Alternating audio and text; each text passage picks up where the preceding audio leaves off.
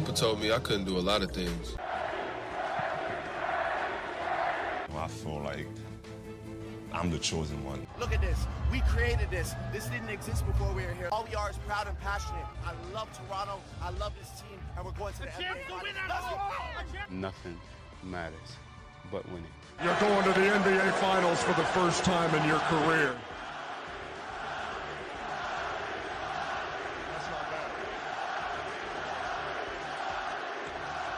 Canada, the NBA title is yours. The Toronto Raptors are the 2019 NBA champions. Welcome back to episode 7 of Rapzville Weekly. I'm your co-host, Gabriel Chelio, along with my other co-host, Adam Casucci. And today we're going to be discussing the history of the Raptors management. So we're going to go over all the different executives and GMs and talk about the trades and draft picks and the big moves that they were a part of. So the Raptors are owned by MLSE. We haven't had a president until the summer of 2013, which is Masai. But our first ever general manager for the Raptors was Isaiah Thomas. And some of his notable work was drafting Damon Stoudemire because he wanted someone who could be a floor general and a playmaker, as he once was. He also hired the Raptors' first official head coach, Brendan Malone, along with drafting Tracy McGrady in 1997 and Marcus Camby in 1996, which are two of the Raptors' all-time greats.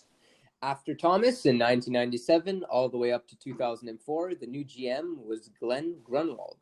He was a part of an interesting era for the Raptors, including a draft night trade for Vince Carter in 1998, traded Marcus Camby for an old, gritty, experienced Charles Oakley, traded Stoudemire and others for Alvin Williams and others. He also was trading away players on the deadline day of the 1998 season. He got our hands on a young Chauncey Billups, Dee Brown, Roy Rogers, and John Thomas. Then after half of a season, Chauncey Billups was part of a three-team trade, which gave the Raptors 2 first-round picks for the years 1999 and 2000. This resulted in drafting Jonathan Bender in 1999 and Mo Peterson in 2000. The other pick from the 1999 draft that we selected with the 12th pick was Alexander Radojevic, who proved to be one of the biggest busts in franchise history. Other popular signings in the 1999 offseason were Muggsy Bogues and Del Curry. In the offseason of the year 2000, Tracy McGrady was traded away to the Orlando Magic and Doug Christie to Sacramento. Then in 2001, Muggsy Bogues was traded to the Knicks, Charles Oakley was traded to the Bulls, and 2 draft picks were traded for Hakeem Olajuwon last season in the NBA. So Hakeem came when he was at the end of his career. And he wasn't as good as he was on the Rockets yet. So in 2003, another phenomenal draftee was signed in Chris Bosh with the 4th pick in the 2003 NBA draft, which included obviously LeBron James, Dwayne Wade, and Carmelo Anthony. Finally, in that same year, Antonio Davis and company were traded for current NBA analyst Jalen Rose and others. Yeah, I think that draft is probably one of the biggest drafts, in my opinion. LeBron James, D. Wade, Carmelo, and Bosh. That's one of the best. And it's funny how we have all these popular big-name superstars, but we never got them in like their prime. Like Chauncey Billups went on to win an NBA championship with the Detroit Pistons. We missed our chance at him. Hakeem Olajuwon, we had him at the end of his career. Chris Bosh was still too young. I think Vince Carter was the closest we had to that. Tracy got better as he left. And I feel like we always had these big name players, but never at the right times. A lot of even Doug Christie went on to be a good player for Sacramento Kings. So just funny how things work their way. Never at their prime. Yeah, something about that. Okay, so Jack McCloskey was appointed to an executive role for 2 months in the year 2004, but did not make any significant contributions to the franchise. He was also the GM of Isaiah's Bad Boy Pistons, hence his ties to the young franchise and the reason he was put in that role, possibly to fill in. And right after him, Rob Babcock held the position for 2 years, where he was most famously a part of the Vince Carter departure trade to the New Jersey Nets, which we talked about a couple episodes back. I think last episode, even the one before that. And the Raptor fans took that very harshly. Vince apparently had issues with the management, which could have been Babcock's fault, and he started to play lacklusterly until he was traded away, which also led to Alonzo Mourning asking for a buyout because he didn't want to play here. And finally, he also did another move that resulted in Jose Calderon signing as a free agent in 2005.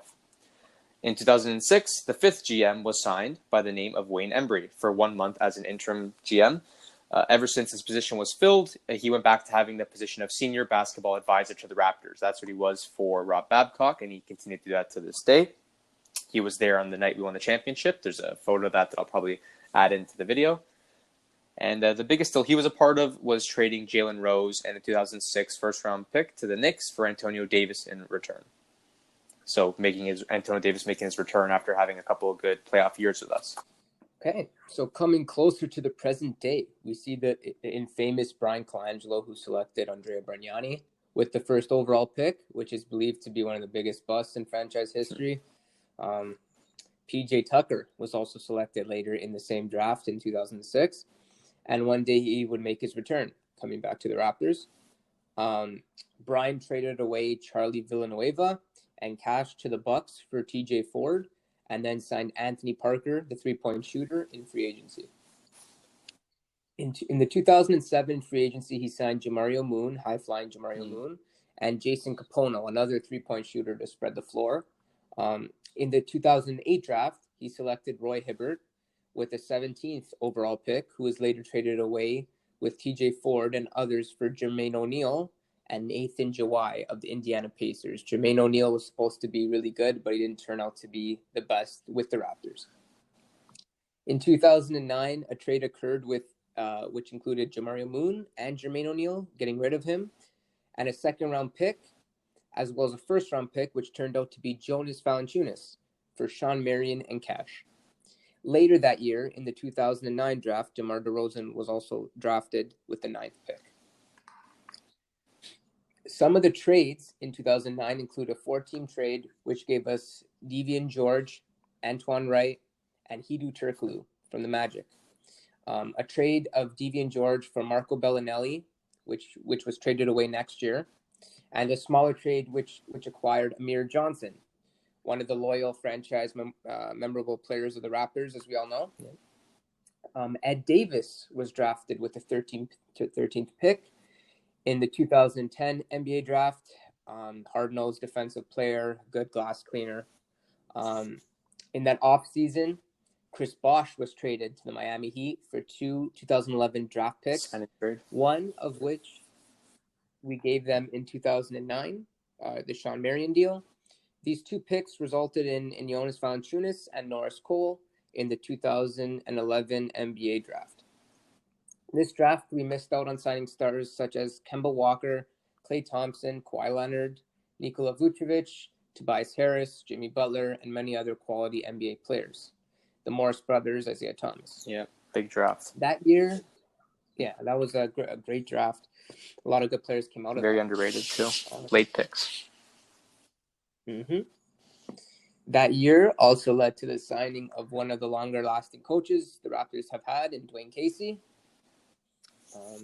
Remember Dwayne? In the 2012 draft, Terrence Ross was selected with the 8th overall pick, Quincy Acey with the 37th overall pick, and Tomislav Zubcic with the 59th overall pick. This draft, the Raptors missed out on future All-Stars like Andre Drummond, Draymond Green, and Chris Middleton. It's hard. All class players. Yeah, it's hard to scout some of these guys. The draft can be unpredictable with these late picks. A lot of our players were late picks themselves. Kyle Lowry, Marc Gasol, or guys like undrafted like Fred VanVleet, Terrence Davis. So it's hard to predict with these drafts, but obviously every year you get a nice high pick, there's going to be someone you miss out on that's going to be pretty good. Yeah, for sure. Even the guy like Draymond Green can't really shoot, doesn't have the skill set, but he has a good mind for the game. Hard worker. High IQ guy, works hard. Yeah. In that same offseason, an all-time franchise hero and legend, Kyle Lowry, was traded by the Houston Rockets in exchange for Gary Forbes and a 2013 first-round pick. Steven Adams was eventually picked. Another huge move was giving DeMar DeRozan a 4-year contract extension, which solidified him as the face of the franchise after being the second leading scorer the season before. So really putting faith and trust in DeMar to lead the franchise. And also with the loss of Chris Bosh and the other top scorers the season before, This move proved extremely valuable as DeMar blossomed into a young star with tremendous talent. This started the new era for the Raptors, led by DeMar and including a newly traded Kyle Lowry and a rookie, Jonas Valanciunas. They bonded, DeMar and Kyle, and obviously becoming best friends. The final move of Bryan's long-term tenure was getting rid of the middle-aged Jose Calderon, longtime Raptor, great assist guy, and a young Ed Davis in a 3-team trade, which resulted in us acquiring Rudy Gay and Hamid Haddadi. In the summer of 2013, the first president, Masai Ujiri, was elected and is still holding the same position to this day. This is the era that I grew up in and I found my love for basketball in. Shortly after his signing, Masai decided to make a huge trade to send Andrea Bargnani to the Knicks for Marcus Camby, coming back again, Steve Novak, Quentin Richardson, 2 second-round picks, and a first-round picks. Some familiar names that also were brought in were Tyler Hansbrough and DJ Augustine. They were signed as free agents. And then after that, Quincy Acee, Aaron Gray, and Rudy Gay were sent to the Sacramento Kings for Chuck Hayes, Patrick Patterson, Grievous Vasquez, and John Salmons. The Rudy Gay and Bargnani era had come to an end, and Masai started to put his dream of a playoff contending franchise into a reality.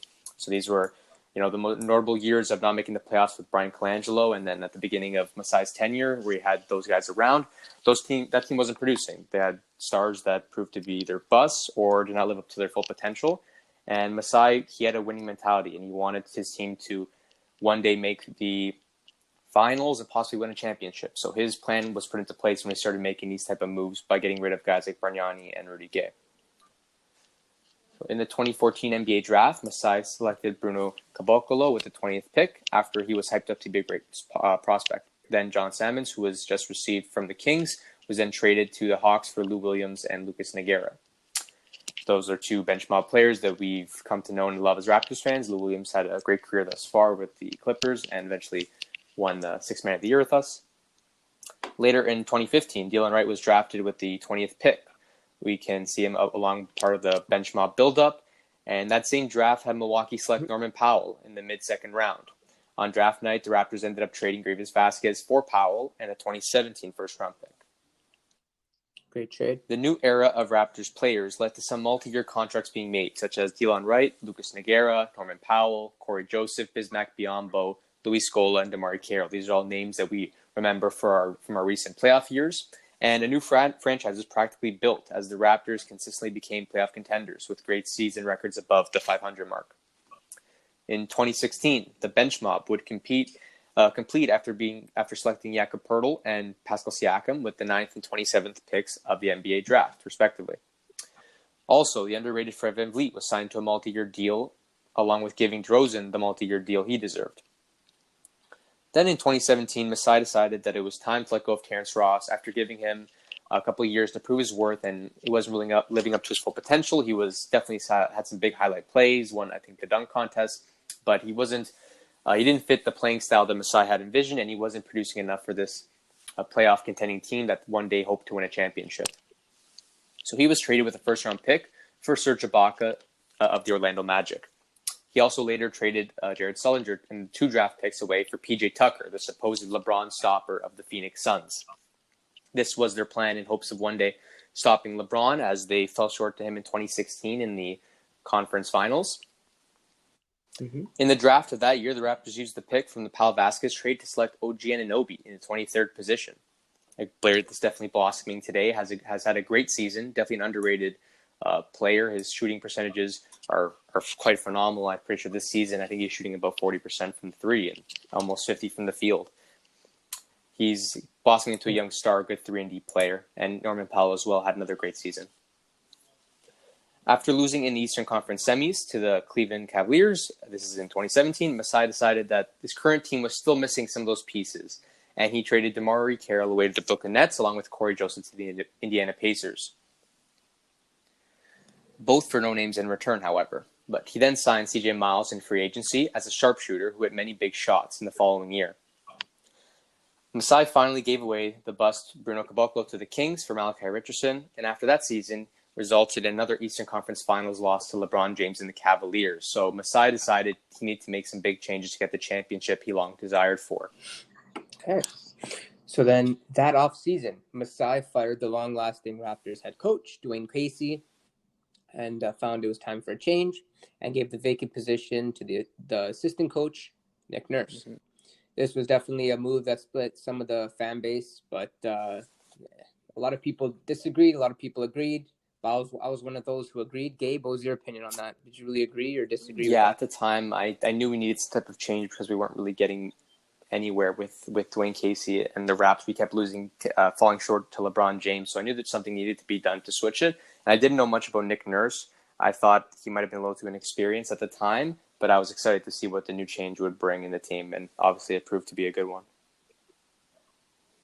Yeah, for sure. We were losing the same ways every year all the time. So right after that, Masai sent franchise legend DeMar DeRozan and young center Jakob Poeltl, plus a 2019 draft pick to the San Antonio Spurs for superstar Kawhi Leonard, who was injured and was having like a tough time in his career, and elite 3-and-D player Danny Green. Some other familiar names that were brought along this season for the new franchise dynamic were centers Greg Monroe and Chris Boucher. Young Goat, Patrick McCaw, Malcolm Miller, Lorenzo Brown, Eric Moreland, washed-up Jeremy Lin, Jody Meeks from the streets, and my friend Jordan Lloyd. But in between some of these signings, a big trade occurred, which Masai believes solidified our chances at a championship run. We let go of Greg Monroe and then sent CJ Miles, DeLon Wright, Jonas Valanciunas, and a pick for veteran all-star high IQ center Marc Gasol. So this was changing. We're really looking to contend for the championship here. The final piece of the puzzle. Exactly. Great vision by Masai, knowing that Jonas, he's a great player. Everyone loved him, fan favorite, but have it in him, current players around him to succeed. This new roster with its many talents led Masai to the franchise's first NBA championship, something he has been dreaming about and working towards for many years, since 2013 when he was appointed manager. He then drafted Juan Fernandez in the 2019 NBA draft, second round, 59th pick. I know in that draft, I stayed up watching it. I wanted the Raptors to select or trade up to get Bol. I remember everyone wanted us to draft up to get him, but we ended up just staying where we were to draft Juan Fernandez. Some interesting and proven to be effective signings were brought on for the current 2019-2020 season, such as RHJ, also known as Rondae Hollis Jefferson. Man Chap. Yep. Terrence Davis, Matt Thomas, three-point shooting specialist, and Stanley Johnson. These were done to supplement some of the defense and shooting loss from free agency, with Danny Green and Kawhi Leonard leaving. Approaching current day, he gave the franchise-loved Kyle Lowry a contract extension that lasts until his mid-30s, and also a max contract to the new face of the franchise, Pascal Siakam. No doubt, he works hard every day and is looking to get better, and for sure will be a legend with the Raptors one day. Made huge strides in his game. In attempts of a damage recovery from his superstar leaving, Masai has managed to keep a good core of talented, hungry, and passionate players together in hopes of reaching the NBA Finals for a second time in a row. With the arrival of COVID-19, the Raptors left off the season with a highly unexpected 46-18 record, holding the second place in the Eastern Conference to many people's surprise. Yeah, a lot of people doubted us. Will they even make the playoffs without Kawhi? It's all Kawhi, this, that. Danny Green was a big part. But I felt like the other players had a bigger part than what other people thought. Fred VanVleet, Siakam, Lowry. Yeah. These are all guys that made a big part and contribution. For sure. Masai had transformed the franchise from a struggling 10th seed, Andrea Bargnani, the Warriors, to championship contenders for many years, and probably more to come. Most importantly, he finally led the franchise to its long-desired and awaited NBA championship. Truly a lasting legacy for sure in the franchise.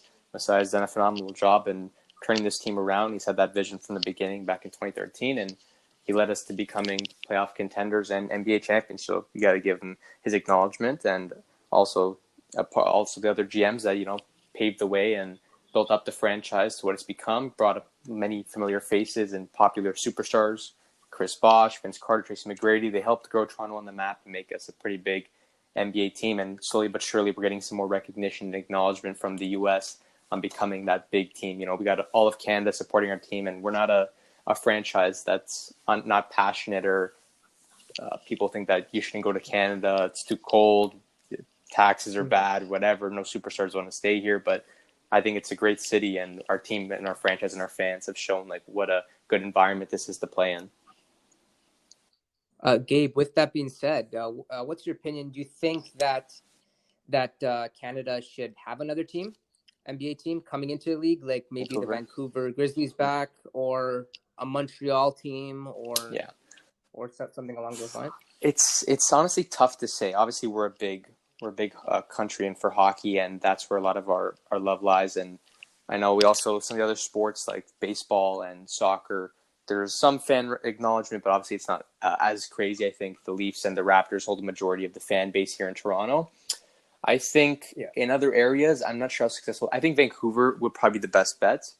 I think Montreal is pretty locked in on the Canadians, and I don't know for sure how good it would be just because we're so close to Toronto. I think somewhere like Vancouver would have some support of the West Side, and I think because they've already had a team there at one point, the Vancouver Grizzlies, that I think that there could be some type of franchise that could blossom there, or maybe just a second acknowledgement for Canada. But at the same time, I kind of like that we're the only team in the league because like we represent all of Canada, not just Toronto. It's something greater than just one little city. Yeah, no, I for sure agree. I think Vancouver would be, because a lot of fans travel from Montreal to Toronto to watch the games. Vancouver, I feel like they a little far out. I don't know. I think they would have a big population that'll come into the games because they haven't had a team obviously there in a while, right? So I think it would be beneficial for them in the city. Yeah, I like it. Okay. For sure. So this episode was a little bit shorter, but we had to cover a lot of history and straight up facts. So we hope you enjoyed what was given to you. Thank you all for listening. Once again, everyone stay safe with the virus. Stay isolated, wear your masks, just stay safe during the times that we don't know what's going to happen around the world. And this virus is very dangerous. So everyone just stay safe, do your part. Anything else, Adam? That's it. No, same stuff. Stay safe. And that's it. I mean, okay. Thank you to our frontline workers once again for doing your part. And hope you all enjoyed. Thank you for coming for episode 7, and we'll be back for episode 8. That's us signing out. Peace. Peace.